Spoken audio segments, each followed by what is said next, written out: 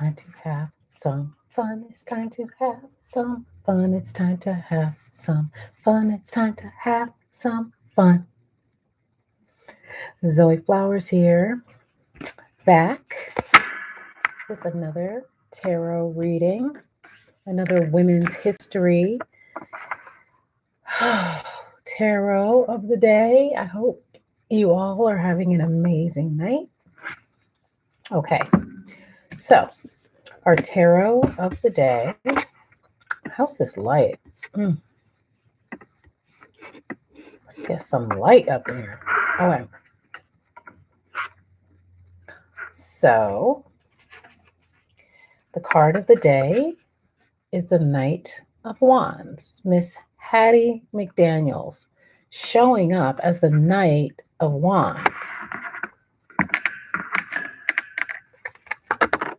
So, this is interesting. My personal reading for me for Aries season, my main focus is the Page of Wands, and Pages has to do with delivering messages. Pages also have to do with creativity. Pages have to do with the beginnings of ideas. For the collective now, we have the Knight of Wands, the end of a long-term situation when we see the Knight show up. So, we're still reading from our tarot by Sarah Shipman. I don't want to misgender Sarah. So let's get to the wands. Let's get to the action. Time for some action. Time for some. This is just another. Y'all are lucky I didn't come on here dancing because I really feel like dancing. Okay. Hattie McDaniel. Excuse me. All right. Hattie McDaniel, 1895 to 1952. Born in the United States. That's interesting. Upright. Energy, activity, hot pursuit, fiery temperament. Of course, because this is the fastest moving knight in the deck. Those of you all that are familiar with the rider. Oh no, that's the swords behind me. That's the swords. The swords are fast too. Swords are super, super fast. Yeah, this is actually the fastest. Look at him charging in. That Knight of Swords. That's actually the fastest. It must be on the other side. Oh, I see it down there. Y'all can't see it. So this very much is look before you leap. But let's see what the book says. Okay. Hot pursuit, fiery temperament. For Hattie McDaniel, performing was simply part of life. The youngest of 13 children, she got her start in show business as a girl growing up in Wichita, Kansas. At 15, she left school to join her father, Henry, in his vaudeville show. When Henry's show went bankrupt, she joined another vaudeville troupe, Professor George Morrison's Melody Hounds, when she sang with the Hounds for a broadcast on Denver's station KOA.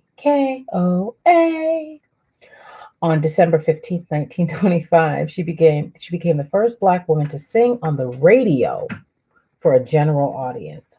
Wow. One of the characters she often played in the Hounds vaudeville act was a clever, outspoken housemaid. Audiences delighted in Hattie's portrayal of this archetypal character, although it leaned heavily on racial stereotypes. Her dramatic and comedic roles, though, were not far from real life because when she wasn't working on the stage, Hattie worked as a maid in order to make enough money to support herself. After the stock market crash of 1929, there wasn't much work to be had in the Midwest. By 1931, Hattie had moved to Los Angeles, joining her brother Sam and sister Etta, who were having a bit of success in radio and film. In Hollywood, Hattie perfected the characters she had created on the stage through the medium of radio. She played a hilarious maid called Hi Hat Hattie for stations KNX narrative radio show, The Optimistic Donuts. Do Nuts, I think it is. Her first film appearance was in 1932 in the film The Golden West, but it was after her second film, I'm No Angel, in 1939, where she gave a delightful performance alongside Mae West, that she started attracting more prominent roles, such as the wisecracking maid to Jean Harlow's character in China Seas in 1935. She became popular with the Hollywood set, often entertaining stars like Betty Davis, Clark Gable, Tallulah Bankhead, and Henry Fonda at her home. It was during this time. Hi, can I ask a personal question? Why not? When I finish this. It was during this time that Hattie began to receive criticism for accepting the roles she was offered, which were mostly maids or domestic servants. Many people, including representatives from the National Association for the Advancement of Colored People, felt that she should refuse roles based on racist stereotypes. According to a 2015 article in The Hollywood Reporter, Seth Abramovich notes that Hattie felt the critique was unfounded, saying, I'd rather play a maid than be a maid. I know that's right, Hattie McDaniel. The most controversial of these roles also earned Hattie the most acclaim, her portrayal of Mammy in the iconic 1939 film Gone with the Wind. Despite the deeply problematic issues of how enslaved Americans are portrayed in both the novel and the film, Mammy's character is essential to the plot, and her character's opinionated, witty, and truthful observations still resonate with generations of audiences. Hattie's brilliant work in the film solidified her as a legend in popular American culture. For her work, she won an Academy Award for Best Supporting Actress, making her the first African American to ever win that honor. And who was the next person to win an honor after that, I ask? Who was that? All right, let's see. I lost my place opening this window because it got so hot. According to Arlinda Smith Brody of the Atlanta Journal-Constitution, at the end of World War II, during which McDaniel organized entertainment for Black troops, the NAACP and other liberal Black groups lobbied Hollywood for an end to stereotypical roles in which McDaniel had become typecast, and consequently her Hollywood opportunities declined. However, she landed a weekly starring role on the radio in The Beulah Show, playing the titular role of Beulah Brown, a modern-day housemaid. The ratings for the program doubled by the end of the first season. In 1951, during initial filming for a television version of Beulah, Hattie suffered a heart attack. She recovered enough to return to the radio format for a short time before she died in 1952. Hattie McDaniel wanted to perform, and she worked actively to make that happen, taking advantage of opportunities that came her way, even when she was criticized for accepting stereotypical roles. Similarly, the Knight of Wands suggests that you live your life the way you want to. Exactly. Whether others accept it or not. This card's presence in your reading suggests that you examine how others' opinions and perceptions are affecting your sense of self. So this is definitely something I've been thinking about. My goodness, I was thinking about this today. Okay, so now it's time for one of my sidebar rants. So 51% of the population has a placement of Mercury next to the sun. So what happens when Mercury is next to the sun is folks with that placement often misconstrue, have a little less objectivity. That's what my astrology teacher would say. That is what he said, actually. And the closer Mercury is to the sun, the more that objectivity can be an issue. Because the sun obliterates everything. Turn that light down a little bit. The sun obliterates everything. And so obviously Mercury has to do with communication, right? It rules Gemini. And so you just don't have objectivity on things because you're too close to the sun. The sun is burning everything out. So because I'm one of the people that has that placement, I've been thinking a lot about Where are the places that I am not objective? What are the things that I'm not seeing? Because what it is you're not seeing things. We can't see things. People with displacement also feel like the chips may be stacked against them more than they actually are, right? Again, this lack of objectivity. Okay. So I have been thinking about that a lot. Like I said, I was just thinking about it today. So here's the Knight of Wands saying, hey, check this out. Think about this. Are people holding you back? Be sure to consider them carefully, right? The words of others.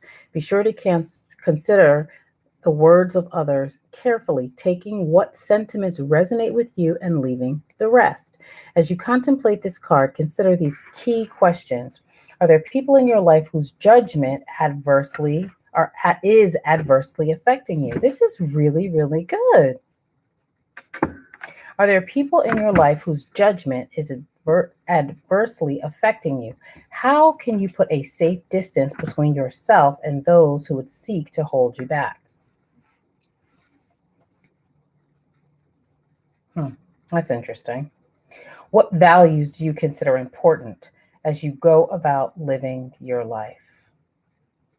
It's funny because, like I said, when I look down at the Knight of Wands and I look at the way that in the Rider-Waite Tarot, and I look at the way the horse has its head down, the Knight looks a little bit confused. It's like, where are we going?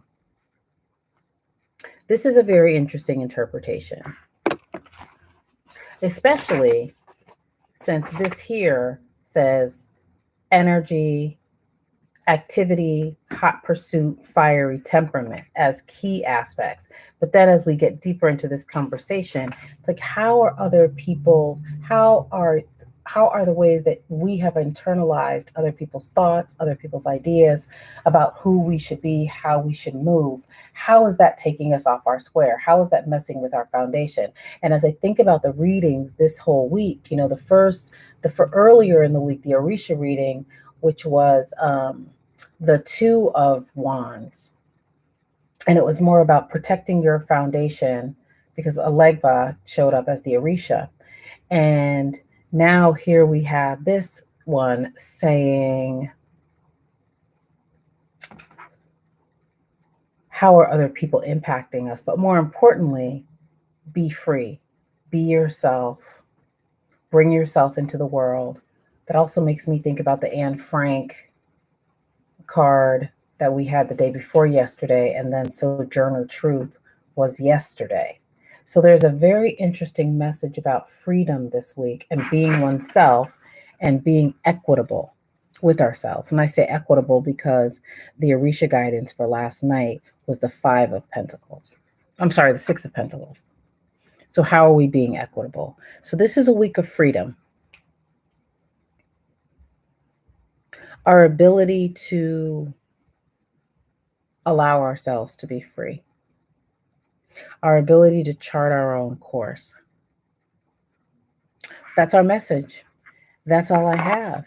And if no one has told you today, you are loved, you deserve love, and I'll see you next time. Bye.